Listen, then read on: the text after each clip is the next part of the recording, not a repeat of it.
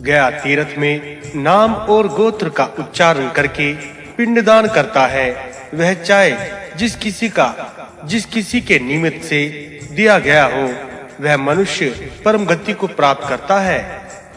ब्रह्म ज्ञान, गया श्राद्ध, गौशाला में मृत्यु प्राप्त करना और कुरुक्षेत्र में रहने से मनुष्य को मोक्ष प्राप्त होता है। इन सबों में ब्रह्म ज्ञान, गौशाला में मृत्यु प्राप्त करना तथा कुरुक्षेत्र में रहने का भी इतना फल नहीं मिलता जितना कि गया तीर्थ में सुपात्र पुत्र यात्रा करता है अथवा उस तीर्थ में मनुष्य पिंडदान करने के फल को प्राप्त करता है। लेकिन मनुष्य को अधिक मास में जन्म के दिन के समय, गुरु और शुक्र के अस्त काल के समय तथा बृहस्पति के सिंह राशि में स्थित होने के समय गया श्राद्ध को ना छोड़ना चाहिए। चंद्रमा और सूर्य ग्रहण के समय पर मृतक मनुष्य के लिए पिंडदान देने से अक्षय फल प्राप्त होता है। इस पुण्य तीर्थ में जाकर शत को दोष नहीं लगता है। दुर्भाग्यवश किसी महान व्रण को हो जाने पर भी मनुष्य को गया तीर्थ में श्राद्ध करने से कोई पाप नहीं लगता और वह श्राद्ध कर्म करके ब्रह्मलोक को प्राप्त होता है। यदि मनुष्य जीवन में एक बार भी गया की यात्रा कर ले और गया तीर्थ में पितरों को एक बार भी पिंडदान देवे तो उसके लिए संसार में कोई पदार्थ दुर्लभ नहीं है, अतः उसको स्वयं ही सब सिद्धियां प्राप्त हो जाती हैं। ब्रह्म आदि देवताओं के इस पुण्य परम प्रिय गया तीर्थ में कोई अचानक मृत्यु को प्राप्त होता है तो वह निसंदेह ही मोक्ष को प्राप्त होता है। मगध देश में मरने वाले पितरों को उतारने के लिए विद्वान पुरुष को गया श्राद्ध करना चाहिए। ब्राह्मणों को उस समय हव्य, कव्य आदि से संतुष्ट करना चाहिए, क्योंकि उनके संतुष्ट होने पर ही सभी देवता, सभी देवगण तथा पितरगण संतुष्ट होते हैं। विशाला, विरजा और गया को छोड़कर सभी तीर्थों में पिंडदान करने के लिए मुंडन कराना चाहिए। गया में पिंडदान करने वाले मनुष्य को केवल दंड धारण करना चाहिए, पिंडदान नहीं करना चाहिए। विष्णु पद पर दंड रखकर वह अपने पितरों सहित मोक्ष प्राप्त करता है, क्योंकि गया में पिंडदान करने वाला परमार्थिक दृष्टि से दंडधारी पाप अथवा पुण्य का भागी नहीं होता। अतः सभी क्रियाओं को त्याग करके भाव प्रवण होकर एकमात्र भगवान विष्णु का ध्यान करना चाहिए। सन्यासियों को सभी कर्मों को त्याग देना चाहिए, पर केवल वेद को नहीं त्यागना चाहिए। गया तीर्थ में जाकर उसे तीर्थ पूर्व, पश्चिम, दक्षिण, उत्तर दिशा में मुंडन कराना चाहिए। ब्रह्म जी ने इस गया तीर्थ का विस्तार 2.5 कोस का और गया क्षेत्र का 5 कोस तक का तथा गया सिर का 1 कोस का बताया गया है। संसार में जितने भी तीर्थ हैं, वे सब तीर्थ इसी के अंदर बसे हुए हैं। जो मनुष्य इस पुण्य गया क्षेत्र में श्राद्ध करता है, वह अपने पितरों के ऋण से मुक्त हो जाता है। जो मनुष्य गया शीर में श्राद्ध करता है, वह अपने पूर्व 100 वंशों का उद्धार करता है।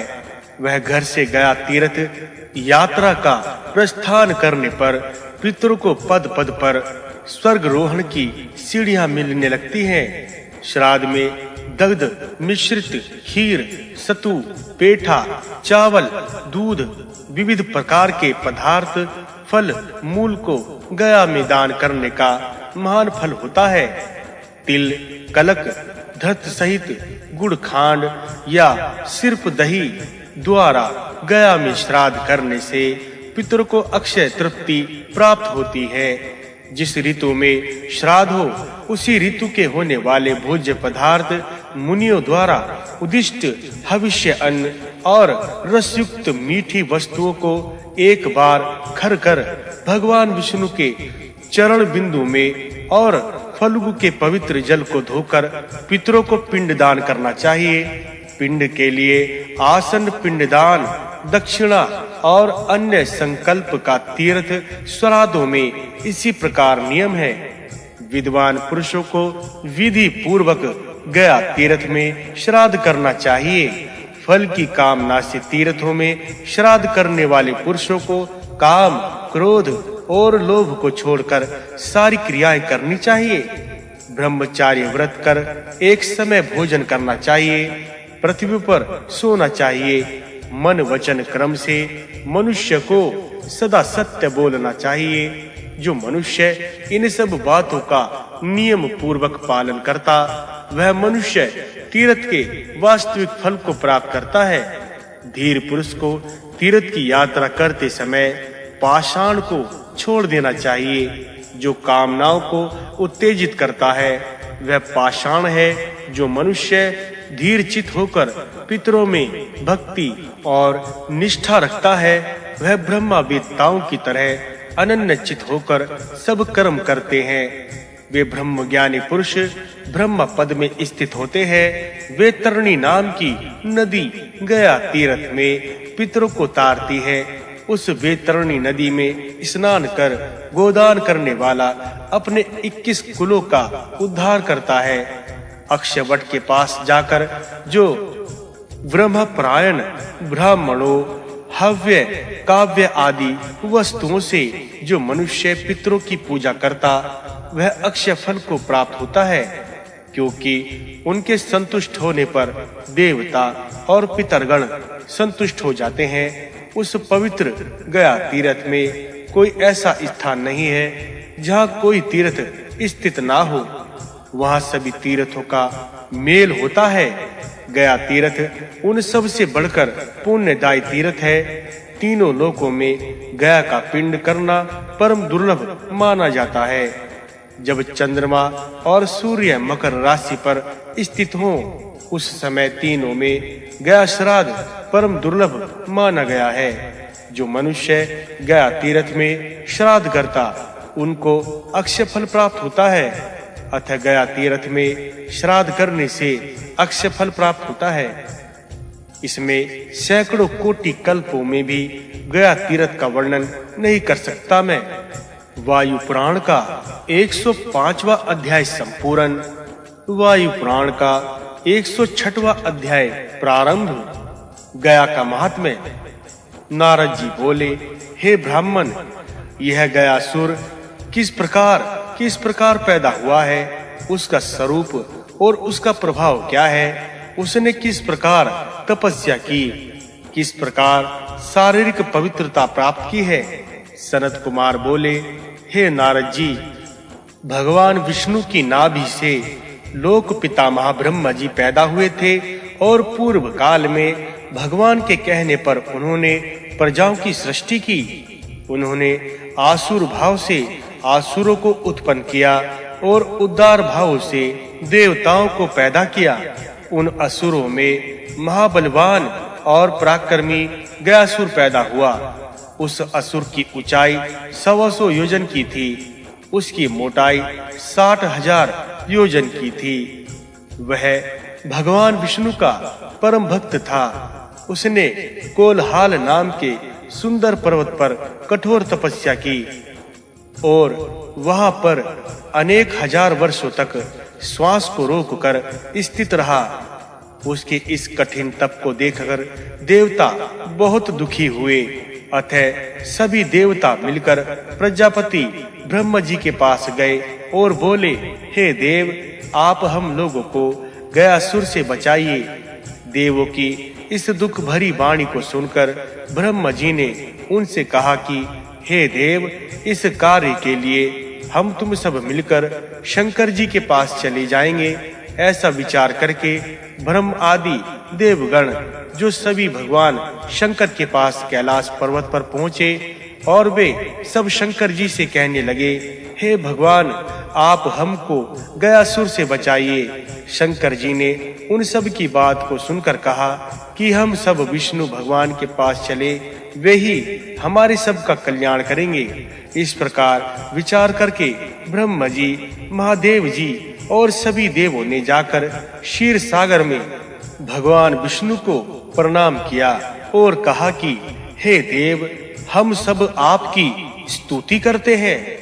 देवताओं ने कहा, हे भगवान, जो सभी जीवों को उत्पन्न करने वाले हैं और उनके पालनहार हैं, परम शोभाशाली और विजयी हैं, राक्षसों को ग्रसने वाले हैं, अखिल समस्त संसार के धारण करने वाले हैं और योगियों के उद्धार करने वाले हैं, वे अनंत महिमाशाली उन भगवान विष्णु को हम प्रणाम करते हैं। सनत कुमार बोले, हे नारद जी, ब्रह्मा जी और देवताओं द्वारा इस प्रकार स्तुति करने पर भगवान वासुदेव जी ने उनको दर्शन दिया और उनसे कहा कि हे देवगण, आप सब यहाँ पर किस कारण आए हैं? भगवान के इस प्रकार पूछने पर देवों ने कहा, हे देव, आप हमारी गयासुर से रक्षा कीजिए। भगवान ने देवों से कहा, हे ब्रह्म आदि देवगण, आप लोग जाइए, मैं भी उस दैत्य गयासुर के पास जा रहा हूँ। इस प्रकार कहकर भगवान विष्णु गरुड़ पर सवार होकर वरदान देने की इच्छा से गयासुर के पास आए और अन्य देवगण भी अपने अपने विमानों पर चढ़कर उसी स्थान पर आए। भगवान वासुदेव और सभी देवों ने गयासुर से कहा कि गयासुर, हे गयासुर, तुम किस लिए इतना घोर तप कर रहे हो? तुम्हारी इस घोर तपस्या से हम सब बहुत संतुष्ट हुए हैं और तुमको वरदान देने के लिए यहाँ पर आए हैं। अतः तुम अपने मन के अनुकूल वरदान मांगो। गयासुर बोले, ब्रह्मा जी, विष्णु, महेश्वर इत्यादि सभी देवगण यदि सत्य ही मुझ पर संतुष्ट हुए हैं तो मुझे यह वरदान दीजिए कि मैं सभी देवों, तीर्थों, यज्ञों, पर्वतीय प्रांतों से भी पवित्र हो जाऊं। मुझको मनुष्य सभी देवताओं से भी पवित्र समझे। धर्म में रत रहने वाले ऋषि और अविनाशी शिव से भी मैं बढ़कर पवित्र होने की मेरी इच्छा है। सभी प्रकार के उत्तम वेदों, मंत्रों, देवी देवताओं से तथा सभी प्रकार के सन्यासियों और गृहस्थ धर्मिष्ठों, यतियों से भी जो बहुत पवित्र माने जाते हैं, मैं उनसे भी बढ़कर पवित्र हो जाऊं, ये मेरी इच्छा है। सभी देवों ने कहा कि हे गयासुर, तुम अपनी इच्छा के अनुसार ही वर प्राप्त करोगे। इस प्रकार कहकर सभी देवगण गयासुर को पुनः देखकर और पवित्र करने की भावना से स्पर्श करके अपने स्वर्ग लोक को चले गए। गयासुर के इस अनोखे और महान कार्य से तीनों लोक और यमपुरी शून्य हो गई। तब इंद्र आदि देवों के साथ यमराज ब्रह्मा जी के पास गए। गयासुर द्वारा अपदस्य होने के कारण देवों ने प्रजापति से कहा कि हे पितामह, तुमने ही हम सबको अधिकार दिया था, अब उसे तुम ही ग्रहण करो। ब्रह्मा जी ने देवों की इस प्रकार बात सुनकर उनसे कहा कि हम सब मिलकर विष्णु भगवान के पास चलें। यह निश्चय करके भगवान विष्णु के पास सब देवगण आए और कहने लगे, हे देव, आपने गयासुर को जैसा वरदान दिया है, उसके प्रभाव से प्रतिदिन प्राणी उनका दर्शन करके स्वर्ग को चले जाते हैं और उसके फल स्वरूप तीनों लोग शून्य हो गए हैं। देवों के इस प्रकार कहने पर भगवान वासुदेव ने कहा कि आप यज्ञ करने के लिए गयासुर से प्रार्थना करें कि वह अपना शरीर हमको दे दे। विष्णु भगवान के इस प्रकार कहने पर ब्रह्मा जी सभी देवों सहित उस महान गयासुर के पास गए। सभी देवों के साथ ब्रह्मा जी को आया देखकर गयासुर ने उनको प्रणाम किया और श्रद्धा पूर्वक उनकी पूजा आदि की। गयासुर बोला, आज मेरा जन्म धन्य हो गया, जो कि स्वयं प्रजापति ब्रह्मा जी मेरे घर अतिथि रूप में आए हैं। आज मैंने सब कुछ पा लिया है। हे योगीश्वर, योग वेत्ता, सभी लोकों के नाथ, गुरुदेव, ब्रह्मा परब्रह्मा, आप किस प्रयोजन से हमारे यहाँ पधारे हैं? मैं उस कार्य को जानना चाहता हूँ और पूरा करना चाहता हूँ।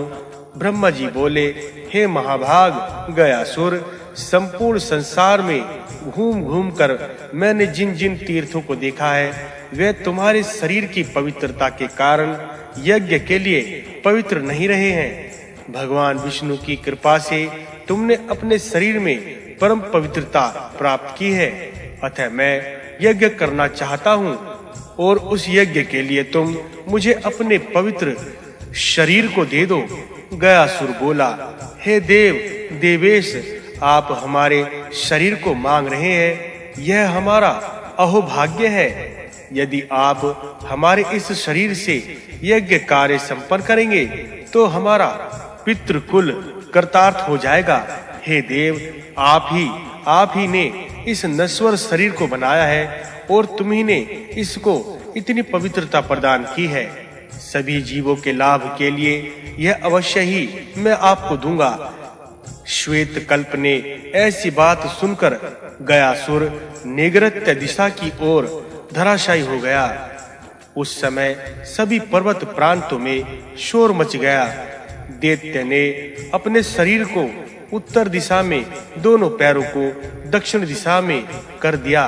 यज्ञ की सभी सामग्री और साधनों सहित ब्रह्म जी ने यज्ञ को संपन्न करने के लिए मानस पुरोहितों को पैदा किया।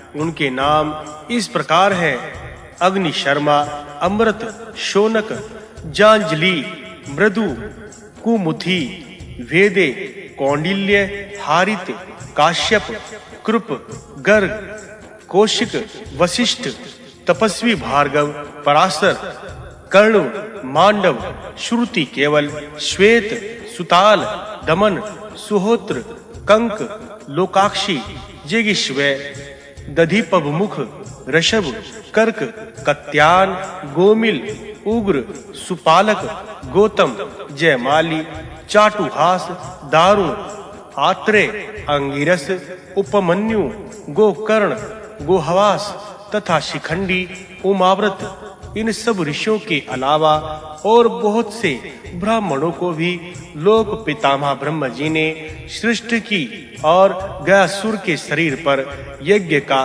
कार्य शुरू किया। इन सब ऋषियों में से अग्निशर्मा ने अपने मुख से दक्षिण अग्नि, गार्हपत्य, आह्वानीय, सभ्य और असभ्य नाम की 5 अग्नियों की रचना की। हे देवर्षि, इन्हीं 5 अग्नियों ने यज्ञ की प्रतिष्ठा की। यज्ञ सभी प्रतिष्ठापना के लिए ब्राह्मणों को बहुत सी दक्षिणाएं दी। यज्ञ के अंत में ब्रह्म जी ने पूर्ण आहुति दान के बाद अभ्रत्य स्नान किया और सभी देवों के साथ यज्ञ स्तंभ को आरोपित किया। उन पवित्र स्तंभ को ब्रह्मा जी ने उत्तर सरोवर में निमज्जित करके उसी में प्रतिष्ठित भी की। यज्ञ भूमि के चलायमान होने पर ब्रह्मा जी चकित होकर धर्मराज से बोले, यमराज, तुम्हारे घर एक शिला है, उसे बिना किसी वितर्क के यहाँ लाकर उस पर दैत्य के सर को स्थित करो। गयासुर के शरीर को निश्चल स्थापित करने के लिए यमराज ने शिला लाकर उसके मस्तक को रख लिया। उस शिला पर रखने पर भी असुर राजा उस शिला सहित विचलित हो गया। तब ब्रह्मा आदि देवों ने रुद्र आदि देवों से कहा कि आप इस शिला को निष्कल करने के लिए स्थित हो जाएं। देवों के पैरों से आक्रांत होने पर भी वह महाबलवान असुर विचलित होता रहा। तब चिंताकुल होकर ब्रह्मा जी भगवान विष्णु के पास गए और उनसे बोले। ब्रह्मा जी बोले, हे अखिलेश्वर प्रभु, हम आपको नमस्कार करते हैं। आप ही मनुष्य को यश देने वाले हैं, आप ही मुक्ति भक्ति देने वाले हैं। ब्रह्मा जी की इस प्रकार स्तुति सुनकर विष्णु बोले, हे देव, किस कारण से आप यहाँ पधारे हैं? ब्रह्मा जी बोले, हे भगवान, आपकी आज्ञा अनुसार यज्ञ संपन्न तो हो गया, पर गयासुर अभी तक चंचल बना हुआ है। हम सबों ने उसके सर पर देवरूपिणी शीला लाकर रखी है, फिर भी वह चलायमान है। रुद्र आदि देवगणों के पैरों से आक्रांत होने पर भी वह महान असुर चंचल ही बना रहा। हे माधव, अब आप उसके निश्चल रहने के उपाय बतलाइए। ब्रह्मा जी की इस प्रकार वाणी सुनकर भगवान विष्णु ने अपने शरीर से खींचकर एक मूर्ति ब्रह्मा जी को गयासुर के निश्चल करने के लिए दे दी। ब्रह्मा जी ने उस मूर्ति को लाकर गयासुर के मस्तक पर रख दी, किंतु उस पर भी वह चलायमान ही रहा। तो फिर विष्णु भगवान आए। ब्रह्मा जी के स्तुति करने पर विष्णु क्षीर सागर से आकर उस गयासुर के मस्तक के ऊपर शिला पर स्थित हो गए। स्वयं भगवान जनार्दन ने उसको निश्चल करने के लिए स्वयं उस पर स्थित हुए। उसी शिला को अधिकाधिक निश्चल करने के लिए ब्रह्मा जी ने उसको 5 भागों में बांट दिया। वे पांचों वहां प्रपितामह, पितामह, फलगिविश होकर केदार और कनेश्वर के नाम से प्रसिद्ध हुए। उसी शिला पर गज रूपधारी विनायक भी स्थित है। सूर्य, गयादित्य, उत्तराक और दक्षिणार्क इन तीनों नामों से प्रसिद्ध हुआ। जो लक्ष्मीपति सीता के नाम से सावित्री, सिंधा इन तीनों रूपों में ब्रह्मा स्थित हुई। इंद्र, बृहस्पति, पूषा, आठों वसुगण, विश्वदेव गण, दोनों अश्विनी कुमार, शिव नामक मारुत, यक्ष, गंधर्व, उरग आदिकों के साथ साथ अपनी शक्ति सहित उस शिला पर विद्यमान हुए। अतः भगवान विष्णु की गदा से वह असुर राज स्थिर हुआ। अतः भगवान वहां गदाधार के नाम से प्रसिद्ध हुए। उस समय सभी आए हुए देवगणों से गयासुर ने कहा, हे देवव्रत, आप लोगों ने किस कारणवश हमको अलग किया है? मैंने यज्ञ के लिए अपने शरीर को ब्रह्मा जी को प्रदान किया था। क्या मैं विष्णु के वचन मात्र से निश्चल न हो जाता? देव तथा भगवान विष्णु की गदा से मैं बहुत दुखी हो चुका हूँ। आप सभी देवगण प्रसन्न रहे। गयासुर की इस प्रकार वाणी सुनकर सभी देवता बहुत प्रसन्न हुए। वे बोले, गयासुर, हम सब तुमसे बहुत प्रसन्न हैं। तुम चाहो जो वरदान मांगो। गयासुर ने देवों से कहा कि हे देवगण, जब तक यह पृथ्वी स्थिर है, जब तक सूर्य, चंद्रमा, पर्वत, तारागण विद्यमान है, तब तक किस शिला पर विष्णु, ब्रह्मा जी, महेश्वर जी का निवास बना रहे हैं और इनके साथ सभी देवगण यहाँ निवास करें। इस क्षेत्र का नाम मेरे नाम पर पड़े।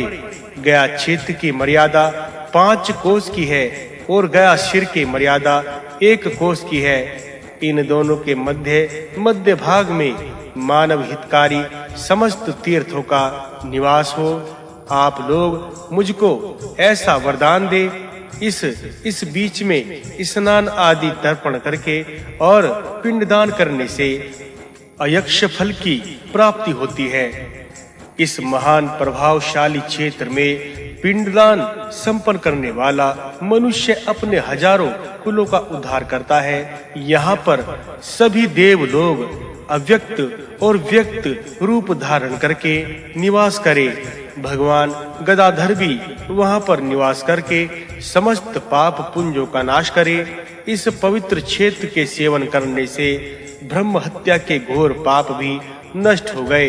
इस पवित्र क्षेत्र में नैमिष, पुष्कर, गंगा, प्रयाग, काशी के जितने भी उत्तमोत्तम तीर्थ हैं तथा जितने भी तीर्थ स्वर्ग, भूमंडल, अंतरिक्ष में है, वे सभी हमारे इस तीर्थ में आकर प्राणियों का कल्याण करें।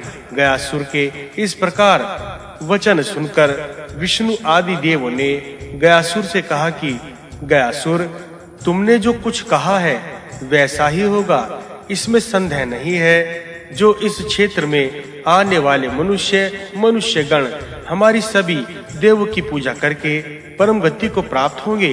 देवताओं के इस प्रकार वरदान देने पर दैत्य परम हर्षित होकर निश्चय लता को प्राप्त हुआ। उस शिला पर देवगणों के स्थित हो जाने पर ब्रह्म जी ने यज्ञ करता ब्राह्मणों को 55 ग्राम प्रदान किए। उन्होंने गयापुरी को भी उत्सर्ग कर दिया।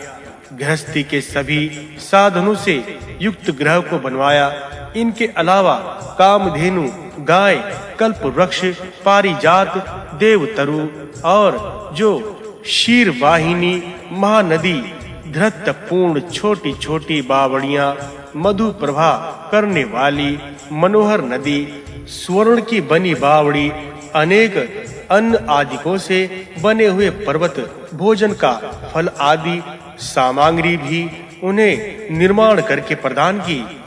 दान करते समय आयोनिजा ब्रह्म जी ने ब्राह्मणों से कहा कि हे श्रेष्ठ ब्राह्मणों, आप लोग किसी दूसरे से याचना ना करें।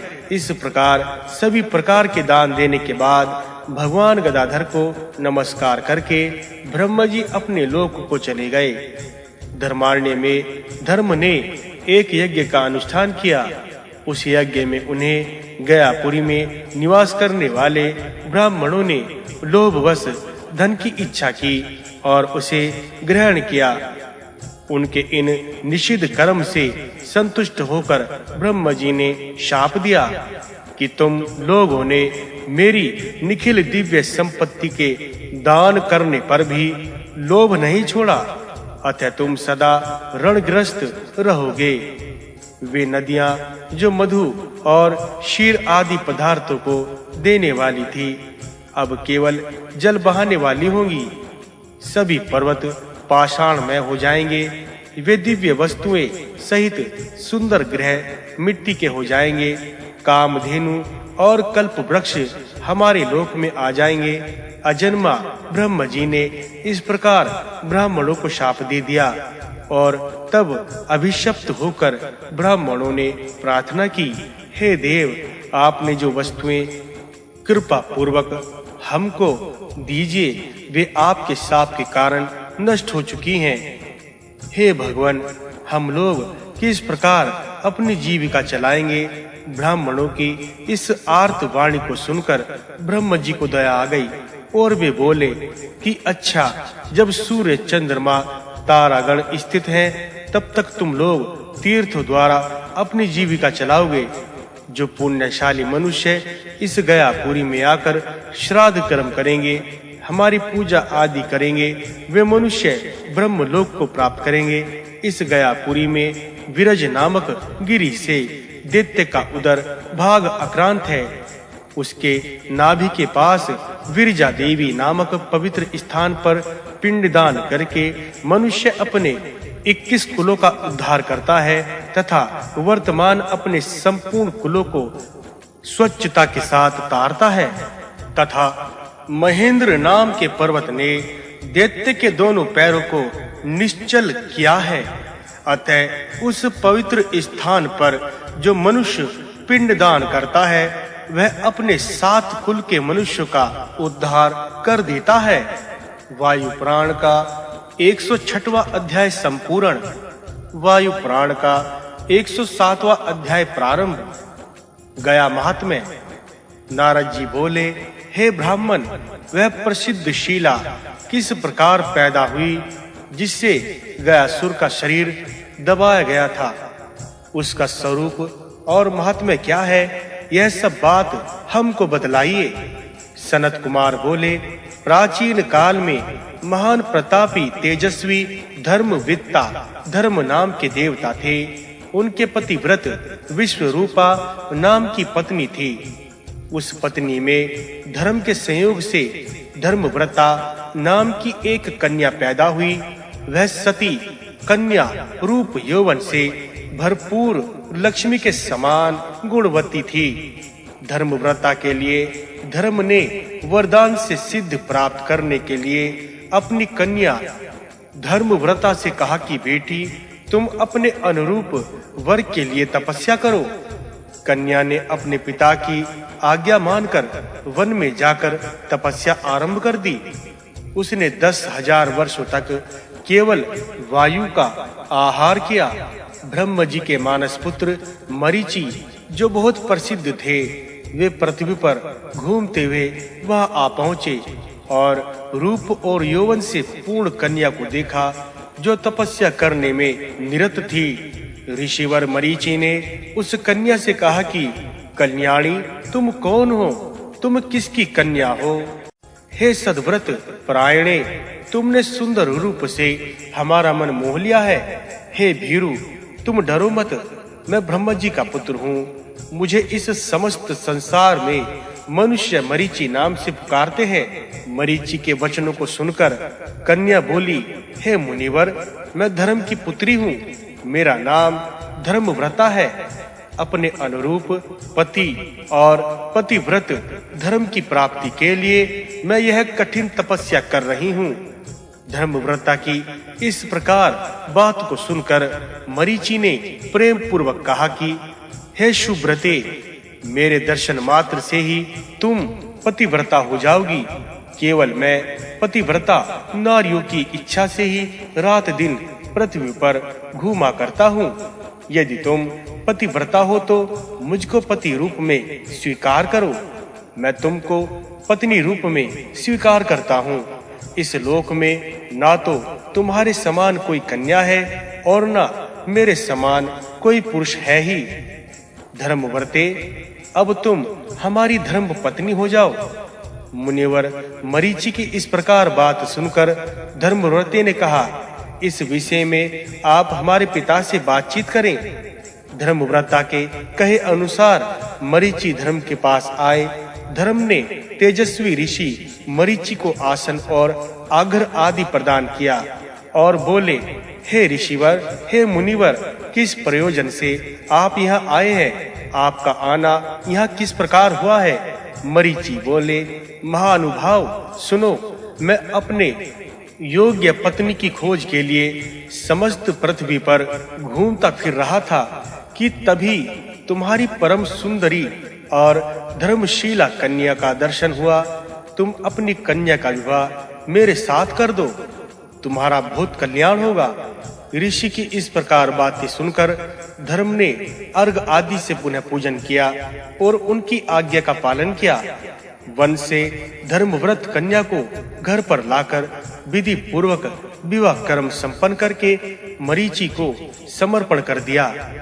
उस मंगल कार्य के उपलक्ष्य में धर्म ने ब्राह्मणों को रत्न आदि भेंट किए।